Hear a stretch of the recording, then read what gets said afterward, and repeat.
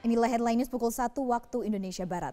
Partai Nasdem melaporkan KPU Kabupaten Jayapura, Provinsi Papua ke DKPP. KPU Jayapura diduga melanggar kode etik karena tidak menyelesaikan rekapitulasi penghitungan suara sesuai jadwal. Badan Advokasi Hukum Bahu DPP Partai Nasdem atas nama pasangan calon bupati, calon wakil bupati Jayapura nomor urut 2 melaporkan KPU Kabupaten Jayapura ke Dewan Kehormatan Penyelenggara Pemilu DKPP. KPU Kabupaten Jayapura dianggap melanggar kode etik karena hingga saat ini tidak melaksanakan tugas menyelesaikan rekapitulasi akhir tingkat kabupaten. Menurut Partai Nasdem, tidak dirampungnya rekapitulasi karena adanya pengaduan perbedaan nama petugas KPPS dengan SK yang dikeluarkan KPU tidak ada dasarnya. KPU Kabupaten Jayapura termasuk dalam 101 daerah yang telah menyelenggarakan pemungutan suara tanggal 15 Februari pada Pilkada Serentak 2017. Pemungutan suara di Kabupaten Jayapura ini berjalan lancar dan normal. Mestinya KPU melaksanakan rekapitulasi penghitungan suara tepat waktu. Yang kemudian langsung diakomodir oleh KPU. Kita membuat laporan ke DKPP atas nama pasangan calon nomor urut 2 untuk Kabupaten Jayapura, yaitu Pak Matius Awotiau dan Pak Giri Wijayantoro, terkait dengan dugaan adanya pelanggaran kode etik yang dilakukan oleh Ketua dan anggota KPU Kabupaten Jayapura serta Ketua dan anggota Panwas Kabupaten Jayapura. Alasan yang utama yang kami sampaikan ke DKPP adalah ada dugaan pelanggaran kode etik karena KPU Kabupaten Jayapura hingga saat ini tidak melaksanakan tugasnya dengan baik, tidak menyelesaikan tugas untuk melakukan rekapitulasi akhir tingkat kabupaten dan sampai saat ini pun juga tertunda-tunda. Pemirsa, Direktorat Jenderal Pengelolaan Pembiayaan dan Risiko atau DJP2R Kementerian Keuangan melaporkan total outstanding utang pemerintah pusat hingga akhir Januari 2017 mencapai 3.549,17 triliun rupiah. Nilai utang itu naik 328,19 triliun rupiah dibanding realisasi periode yang sama di tahun 2016. Ada rekan saya Andra Lesmana yang akan memaparkan siapa saja pemberi hutang ke pemerintah hingga saat ini dan bagaimana utang pemerintah pusat dan rasionya terhadap PDB dari tahun ke tahun. Andra, silakan. Baik, terima kasih Vero dan juga pemirsa. Utang pemerintah pusat sejak tahun 2000 hingga saat ini terus mengalami peningkatan. Sementara untuk rasio utang pemerintah pusat terhadap PDB sejak tahun 2000 mengalami penurunan. Kita simak datanya. Ya, ini dia utang pemerintah pusat dan rasionya terhadap PDB di tahun 2000 hingga 2016. Di tahun 2000, hutang Indonesia terhadap dan juga rasionya terhadap PDB yaitu sebesar 1.234,28 triliun rupiah dengan rasio 89%. Kemudian di tahun 2001, 2002, 2003, 2004 dan sampai dengan 2005 meningkat hutang pemerintah pusat menjadi 1.313,5 triliun rupiah. Namun rasionya turun menjadi 47%. Selanjutnya di tahun 2006 hutang pemerintah pusat kembali meningkat dari 1.302,16 triliun rupiah. Kemudian di tahun 2007, 2008, 2009 hingga 2010 juga terus meningkat menjadi 1.676,15 triliun rupiah dengan rasio yang menurun 26%. Dan di tahun 2011 hutang Indonesia berada di kisaran 1.803,49 triliun rupiah dengan rasio 25%. Hingga 2016 ini, hutang Indonesia terus meningkat menjadi 3.466,96 triliun rupiah, namun kembali naik rasionya menjadi 27,9%. Ya, untuk rasio utang Indonesia relatif lebih rendah dibanding dengan negara lainnya. Jika dibandingkan dengan negara-negara maju seperti Inggris, Italia, Amerika Serikat, serta Jepang, rasio utang Indonesia jauh lebih rendah. Kita simak datanya. Ya, ini dia rasio utang dunia terhadap PDB 2016 per Oktober 2016. Chile 20%, kemudian Indonesia 28%, Filipina 36%, Malaysia 56%, India 66%, kemudian Inggris 89% rasionya dan Amerika Serikat 107%. Jepang paling tinggi rasionya yaitu 249%. Sementara untuk utang per kapita pemerintah Indonesia pada Oktober 2016 juga lebih rendah dibandingkan dengan negara berkembang lainnya seperti India, Vietnam maupun Thailand. Dan utang Indonesia hanya sedikit di atas utang Filipina. Ini dia datanya. Utang per kapita Indonesia dan juga beberapa negara lainnya di bulan Oktober 2016, Filipina 956,3 US dollar, kemudian Indonesia 1032 US dollar, India 1200 US dollar, Thailand 2500 US dollar. Selanjutnya Malaysia 5.300 US dollar, Amerika Serikat 62.000 US dollar dan Jepang 97,100 US dollar. Maksud kami 97.100 US dollar. Ya, V, kembali ke Anda.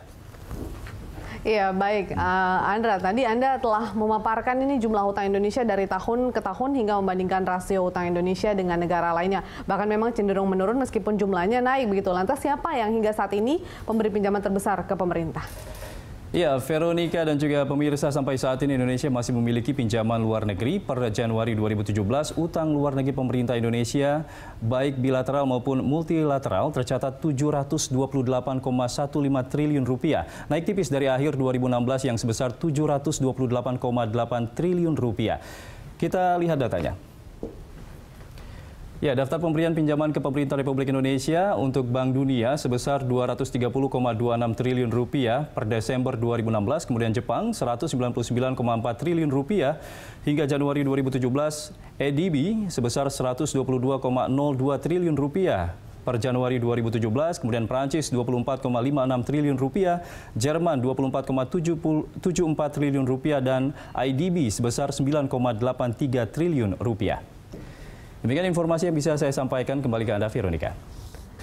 Baik, terima kasih Andra atas informasinya. Saya kembali melanjutkan perbincangan bersama Mas Berli dan juga Pak Robert. Pak Robert, kalau memang ternyata kita lihat bahwa rasio kita ini sebenarnya masih dalam batas wajar begitu. Bahkan kalau tadi kata Mas Berli, memang zamannya sekarang ini justru kita harus memanfaatkan utang yang ada ini untuk membangun negara kita. Nah, sejauh ini apakah meskipun ini rasio utangnya masih cukup rendah, apakah sudah ada upaya dari pemerintah juga dalam membayar hutang ini, ataukah memang ini masih dalam program menambah hutang, memanfaatkannya untuk membangun Indonesia saat ini di tengah pelemahan ekonomi yang harusnya dimanfaatkan dan dijadikan momentum yang sangat baik begitu? Kalau kita lihat statistik APBN di dalam 10 tahun terakhir pun selalu ada defisit, artinya pengeluaran lebih besar dari penerimaan negara. Ke depan kita merencanakan juga masih di level defisit. Kalau di dalam 3 tahun terakhir malah defisitnya meningkat di atas 2%, tetapi kita selalu tunduk kepada konstitusi di mana ada ceiling defisit 3%.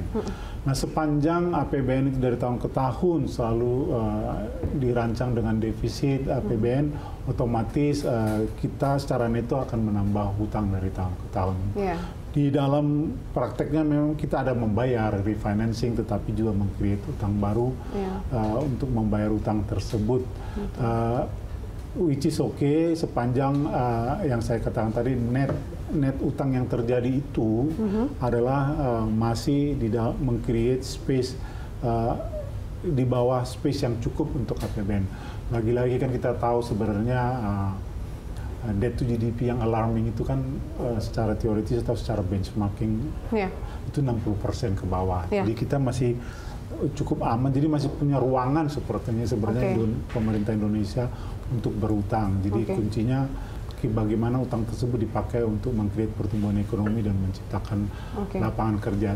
Jadi size utang secara volume, secara relatif terhadap PDB harusnya tidak mengkhawatirkan. Kesimpulannya masih ada space bagi Indonesia untuk meng-create utang sepanjang itu dipakai untuk pertumbuhan ekonomi. Tapi pemerintah tidak kemudian menjadikan spare itu sebagai satu hal yang dispensasi khusus begitu. Jadi kita masih tetap bisa berhutang karena spare kita masih cukup besar begitu. Kemudian tapi tidak memikirkan bagaimana untuk membayarnya, atau sebenarnya ini ada perhitungannya juga sih, Pak. Sepanjang defisit kan pasti kita menambah secara neto, menambah hutang. Otomatis dalam tahun tersebut biasanya seperti saya lah, ada tambahan hutang 390 triliun. Ada yang jatuh tempo, saya harus create utang baru on top of that. Jadi bisa gross issuance saya itu bisa 686 triliun penerbitan obligasi, tetapi secara neto nanti sebenarnya hanya 400 triliun atau 390 triliun.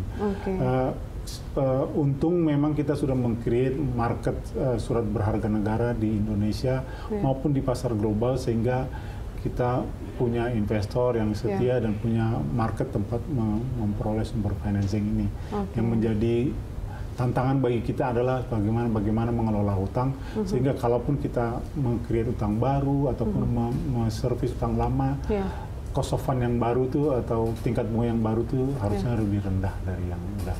Baik. Pak Robert, saya ke Mas Berli. Mas Berli, bagaimana Anda melihat pemerintah kemudian untuk memanfaatkan hutang-hutang ini menjadi satu hal yang sangat potensial dan kemudian digunakan dengan optimal dalam membangun negara kita saat ini? Ya, saat ini yang paling bisa bilang mendesakan adalah infrastruktur kan, yang kita memang cukup tertinggal dan sebagai bangsa kepulauan juga butuh dana yang cukup besar. Nah ini kalau ditunda terus berarti akan semakin banyak ya saudara-saudara senegara kita yang tidak dapat listrik, yang tidak dapat air, yang tidak dapat pendidikan yang juga baik gitu. Nah karena jadi pilihannya adalah kita menabung dulu baru bangun atau kita pinjam dulu buat mencoba supaya mereka saat ini karena apalagi buat anak-anak yang masih balita atau SD, kalau mereka tidak dapat gizi yang cukup, nggak dapat air yang bagus dan pendidikan, itu dampaknya jangka panjang gitu. Sehingga memang ya dalam literatur ekonomi pun juga di justify ataupun didukung buat pinjam untuk hal-hal yang sifatnya jangka panjang sama dampaknya luas gitu, multiplier efeknya besar. Gitu. Dan ini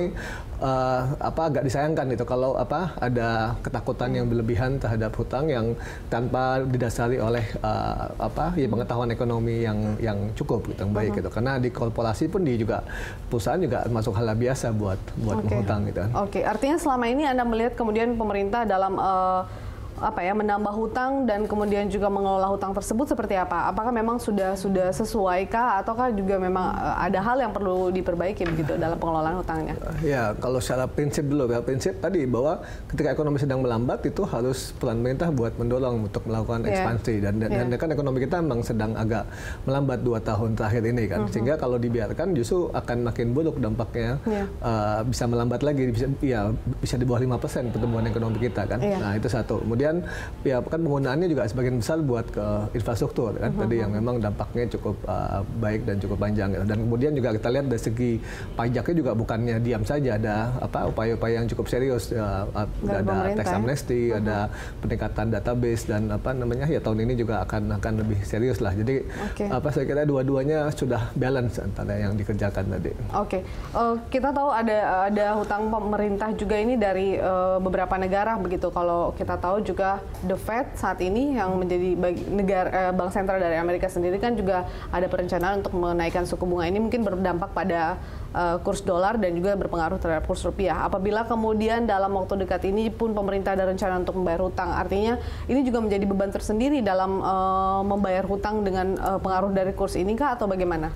Ya kan kita harus tahu dulu komposisinya seperti apa kan. Saat ini dari hutang kita 20, ya saya cek tadi 13% yang hutang luar negeri. Jadi kecil sekali yang hutang luar negeri. Kemudian dari hutang luar negeri itu sekitar 60% yang dalam dolar. Berarti total ya 7-8% dari total semua hutang itu. Jadi ya memang meningkat, tapi dari segi dampak ya kecil sekali karena sebagian besar saat ini hutang kita adalah market dan khususnya domestik dengan suatu hutang negara ASEAN gitu. Jadi tadi makanya jadi katakanlah 7% kalau ya cuma 7% kalaupun nambah ya dolar itu melemah 5% ya cuma jadi 7,3, 7,4. Jadi ya kita harus bicara tidak angka gitu kan.